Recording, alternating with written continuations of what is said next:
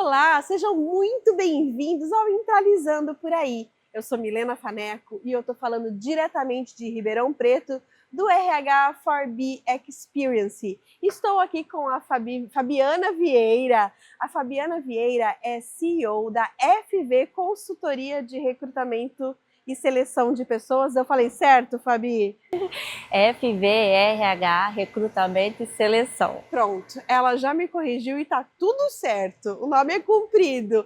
A Fabi tem mais de 15 anos de experiência no mercado e a gente vai falar um pouquinho sobre empregabilidade.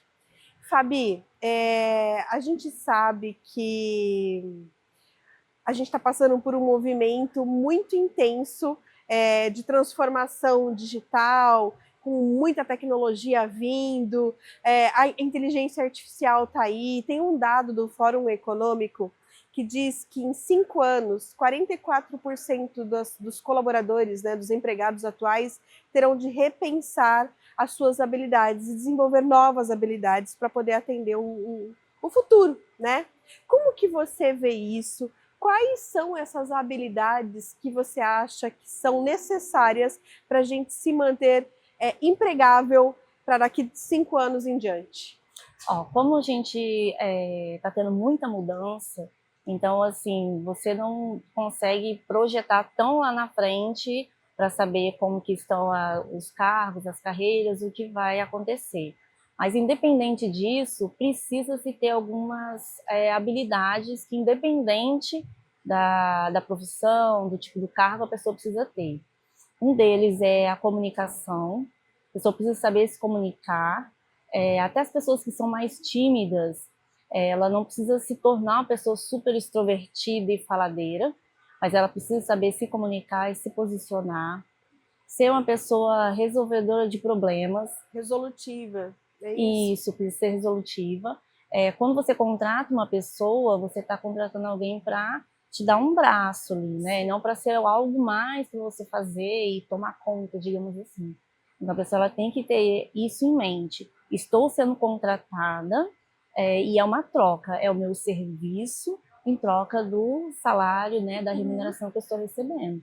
A pessoa ela tem que ter essa postura dentro da empresa Dentro das organizações. de entregar aquilo que ela se propôs. Muito bom. Agora, um outro dado que a gente tem, né, que é importante também, é em relação à nova geração. E eu sei que você tem um trabalho também com pessoas em vulnerabilidade social e jovens aprendizes também, né? É, um profissional Gen Z, da geração Z hoje, permanece no mercado de trabalho em média 9 meses. Né?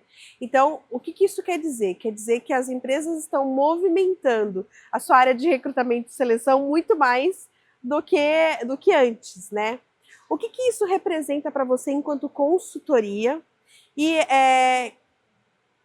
esse movimento é realmente, você percebe esse movimento, né? Isso é uma questão.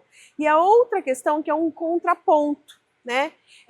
Eu tenho conversado com bastante consultorias de job hunter, né? E algumas têm relatado a dificuldade de preencher vagas mais qualificadas, especialmente vagas de liderança. Então eu queria entender de você como que você está vendo esse movimento, até porque você está no mercado diferente que aqui de Ribeirão Preto, a região aqui de Ribeirão, né? Sim, em relação aos jovens, né? As empresas elas precisam entender que as coisas estão mudando. Então não adianta eu só ficar reclamando e questionando, eu tenho que encarar a realidade. Agora é desse jeito que eu preciso fazer. Primeira coisa. Os jovens ficam pouco tempo nas empresas porque eles já nasceram numa geração que é tudo muito rápido. Para eles, 6 meses já é o suficiente para eles passarem, mudarem de cargo, né, e tudo mais, mas acaba não sendo. Uhum. Então, é necessário que esteja muito alinhado durante a contratação dele, né, qual vai ser a jornada dentro da empresa. São pessoas que querem ter um propósito, tem um sentido ele estar ali. Então, primeiro precisa se pensar isso. Aqueles cargos ali são para pessoas mais jovens? Sim. E quais são as estratégias que a gente vai ter ali, né? Então, assim, nós como pessoas que por exemplo, eu não sou da geração Z, né? Por exemplo, para mim já está difícil, né? Tá tudo muito rápido, tudo é para ontem. Eu sinto isso e cobro às vezes muita rapidez e tudo mais, né? Então com eles não é diferente, eles já nasceram nesse meio. E isso não, a tendência não é voltar, É verdade, é o tá? caminho sem volta, né? E há anos atrás, quando chegou, por exemplo, a minha geração, também teve o mesmo Sim, conflito. sim. Sim. A diferença talvez é que hoje a gente trabalha com até 5 gerações diferentes ao mesmo tempo na mesma empresa. E daí as comparações são inevitáveis, né? Os conflitos são inevitáveis, né? É como é na vida da gente, né? A gente está falando com pessoas. Sim, Então vai ter as divergências. Então por sim. isso que é muito importante ter digamos, a intervenção ali do líder. Mas ele tem que ser realmente um líder. Ele tem que estar preparado para esse novo modelo, né? Ele tem que estar De preparado. perfil. Muito bom. Agora, você percebe um conflito entre o que as empresas buscam e o que o mercado oferece? Sim, tem bastante conflito. Porque igual eu falo, a gente está no momento em que empresa, né, e o colaborador, eles precisam cada vez mais se ajudar. Porque está difícil para a empresa e também está difícil para o colaborador. Porque a empresa ela não consegue, às vezes, arcar financeiramente ao ponto de estar bem confortável, né, para ponto de tirar as pessoas de outras empresas para irem para dela.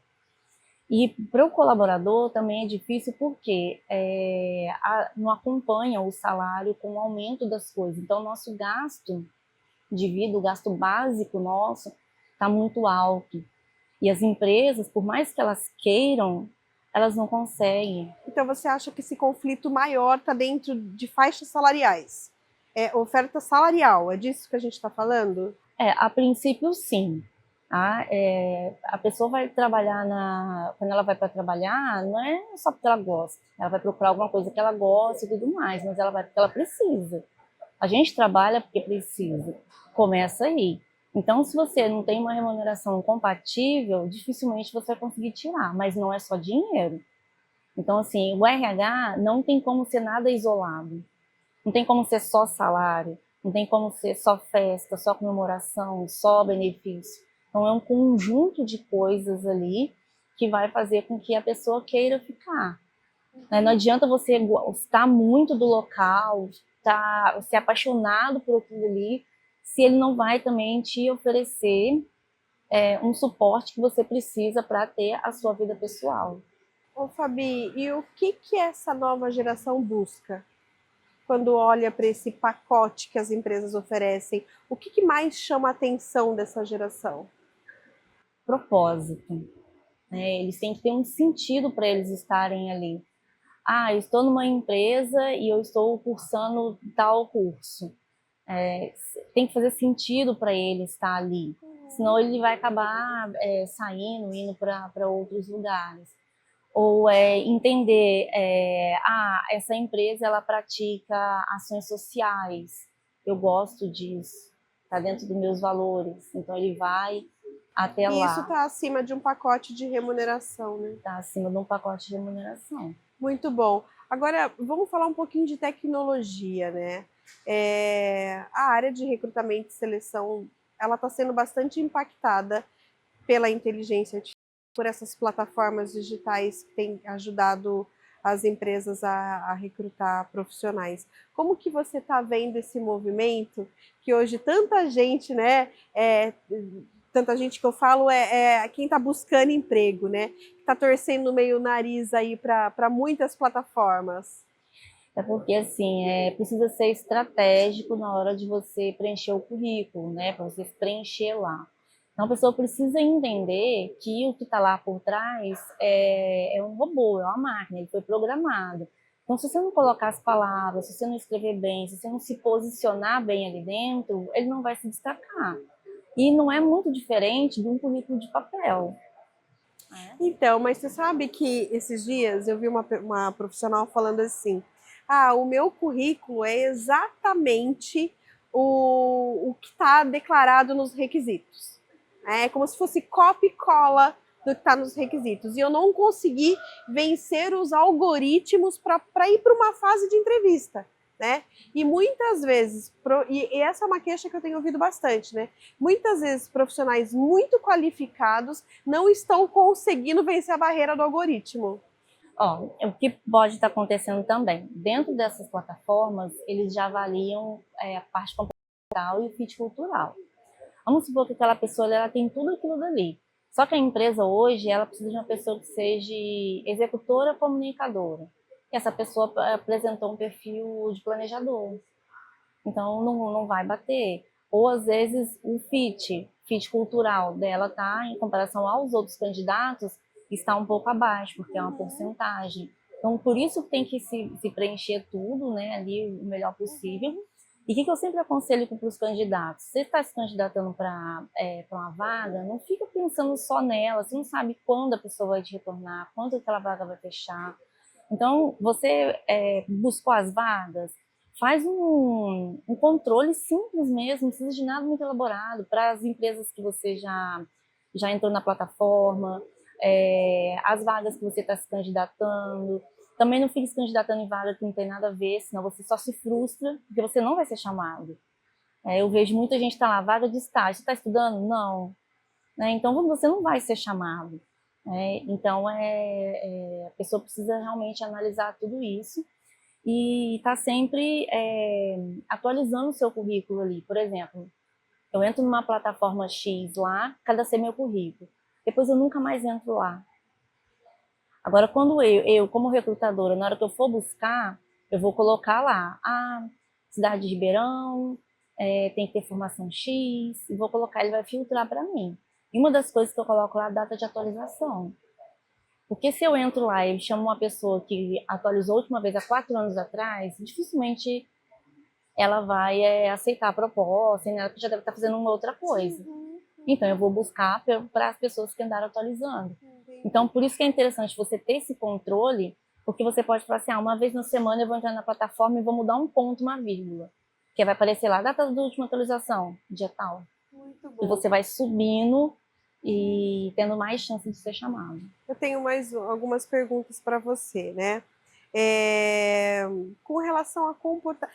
Antes do comportamento, você disse sobre resposta, né? Uma das coisas que você falou aí. Mas uma outra queixa muito comum é a falta de retorno dos processos seletivos, né? A pessoa está desempregada, ela já está ansiosa, ela já está insegura, ela já está numa expectativa alta, né? E às vezes ela tem toda uma jornada no processo, ela faz as entrevistas, manda o currículo, depois vai para uma entrevista, muitas vezes vai para uma segunda entrevista e muitas ainda têm outras etapas, testes e tudo mais. E aí elas ficam aguardando essa resposta da empresa que nunca vem, né? Você percebe isso? Essa é uma pergunta. E daí, na sequência, qual é a conduta correta da empresa ou da consultoria de recrutamento e seleção ou da própria empresa que está recrutando? Em relação ao feedback, né? O correto é que a pessoa receba o feedback, mas o feedback se ela passou ou não, se ela foi aprovada ou não, se vai dar continuidade ao processo seletivo com ela ou não. Algumas pessoas acham que o RH tem que falar por que você não passou e tudo mais. Mas a obrigação dele mesmo é essa. O que eu vejo acontecer? As plataformas e a inteligência artificial está vindo para ajudar justamente para isso. Porque às vezes a demanda é muito grande, o RH não consegue dar esse feedback. Então, dentro da plataforma, ele consegue pontuar ali quem não passou, marcar e aquela pessoa ela recebe a resposta, se ela foi para a próxima etapa, se ela não foi, ela consegue visualizar tudo isso. Só que ela tem que ficar de olho, porque às vezes vai para o spam, ela não viu, então ela tem que ficar realmente observando tudo isso. E o que eu falo aos candidatos é isso. Foi lá, fez a entrevista, legal, foi boa, marcou, colocaria, falei com fulano, dia tal, deixa marcadinho e vai para próxima. Entendi. Quer dizer que muitas vezes, né, Fabi, nada substitui o trato humano, né? Às vezes você quer ouvir uma resposta de um ser humano e não de um robô, né? Parece que soa desumano, sabe? Uhum. Então, eu acho que permeia muito mais sobre isso do que só o feedback em si. Sim, as plataformas, elas dão o retorno de fato, mas é talvez essa padronização, sabe? Essa robotização que as pessoas estejam se queixando aí. Sim, mas é em relação, assim, eu falo a realidade hoje, porque, assim, é muito bonito tudo isso, né? Realmente, se eu pudesse chegar para a pessoa, falar, ligar um por um, mas na realidade, no dia a dia, isso não É um acontece. volume muito É um grande. volume muito grande para a gente conseguir fazer tudo isso. Então, quando eu faço a entrevista com o candidato, eu já peço para ele analisar, pessoal, do mesmo jeito que eu estou analisando você, eu quero que você analise a empresa, que você pesquise sobre ela, se você veja o percurso, o salário, se tudo isso te atende. E depois, na próxima etapa, você vai me falar o que você achou. Porque, para mim, tem que ser bom para ambas as partes. Sim. Se não for bom para ambos, não vai para frente.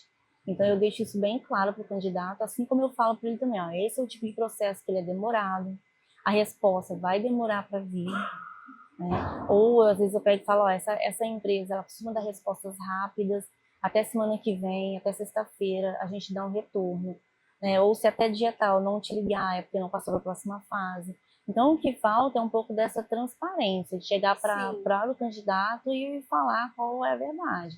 Assim como eu falo, ó, esse aqui é o site da empresa, hoje na internet você acha tudo, você consegue um reclame aqui, você vai, você investiga, você vai olhar lá nas redes sociais, lá no Instagram da empresa, você vai sentir como que é o clima deles lá e você vai analisar se é lá que você quer trabalhar. Muito bom. Agora, vou falar um pouquinho de tendência, né? Tem alguma tendência que você tem visto para essa área de recrutamento e seleção?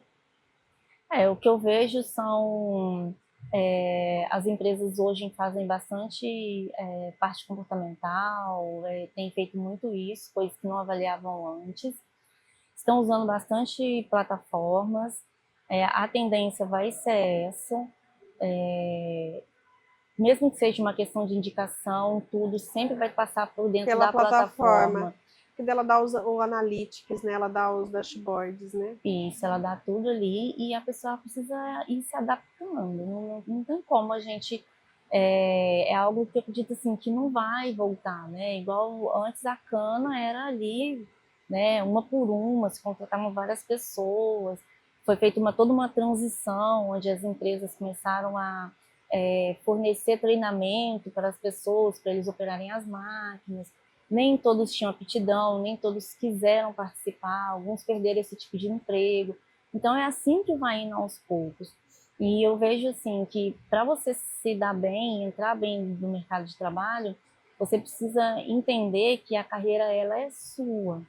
Então tudo que você faz dentro da empresa, você vai levar para você.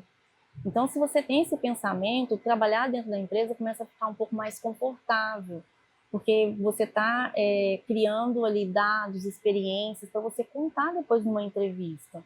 Porque às vezes você vê pessoas que ficam lá anos dentro de uma empresa, mas ela não fez nada, assim, fez aquilo ali o básico, ela não construiu nada, ela não se desenvolveu em nada.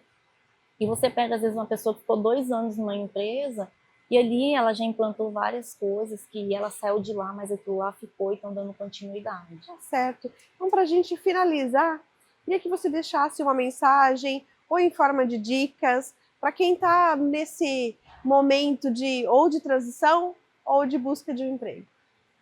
Eu quero dizer para a pessoa ela não desistir, não desanimar, cuide das suas redes sociais, cuide do seu network, se qualifique e não perca as esperanças, porque a sua oportunidade está ali e a sua hora ela vai chegar.